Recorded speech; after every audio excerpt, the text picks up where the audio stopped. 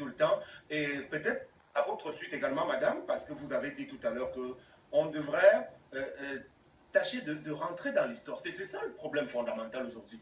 Parce que tous ceux qu'ils soient des Elections Cameroun ou alors dans l'administration générale du pays, vont penser qu'ils sont comme obligés de rendre service à la personne qui les a nommés. Ils ne vont pas rentrer dans l'histoire parce que c'est de façon inéluctable. On vient, on passe, on meurt et on nous oublie. Aujourd'hui, si on parle de ces héros-là, ils sont passés. Donc il faut enlever dans les mentalités de la plupart d'entre nous que nous sommes là pour pérenniser et tenter de protéger nos intérêts sur la fonction de préfets, sous-préfets et même des ministres de l'administration territoriale.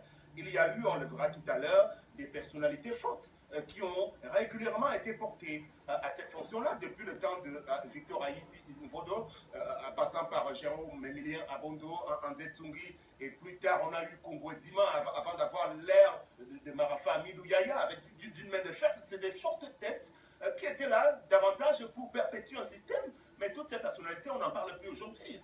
Ils sont passés, ils sont dans l'histoire. Alors, qu'est-ce qu'on retiendra, par exemple, de Ferdinand Congo-Dima, qu'au cours d'une année électorale, il avait tenté de falsifier les résultats des votes? Est-ce que c'est bien pour toute sa famille, si on vient le dire aujourd'hui? Je pense que si vous êtes préfet ou gouverneur, et c'est très bien, madame, que vous ayez souligné un peu la singularité de celui qui est commandant aujourd'hui de la région du littoral, M. Ivara Dibois, qui est quand même quelqu'un qu'il faut féliciter au passage, mais en revanche, on ne peut pas, parce que c'est quelque chose qui a failli bien m'échapper, rester indifférent face à ce qu'a fait le préfet du département du Fondi cette semaine, le bien nommé Jean-Claude Tila. Alors, voilà un personnage qui a déjà très longtemps dépassé l'âge de rentrer à la retraite et qui est maintenu aux affaires par la seule volonté d'ailleurs de ceux qui les nomment.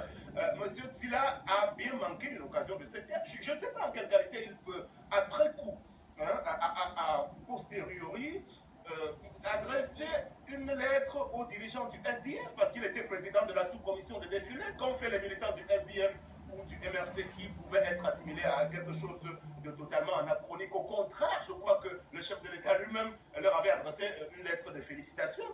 Alors, M. Tila, qu'est-ce qui a bien pu passer par sa tête pour qu'il pense aujourd'hui que ce sont des comportements des voyous? Voilà, c'est ce type d'administrateur dont on n'a plus besoin. Il y a eu le cas de Jules Marcelin Zaga. Il était gouverneur de la région du Sud, je crois 5 ou 7 ans après le temps auquel il devait passer à la retraite. Et ça également, c'est la faute d'une gouvernance par endormissement où on oublie. Donc, vraiment, je voulais terminer par cet appel en direction de ceux qui font partie de l'administration.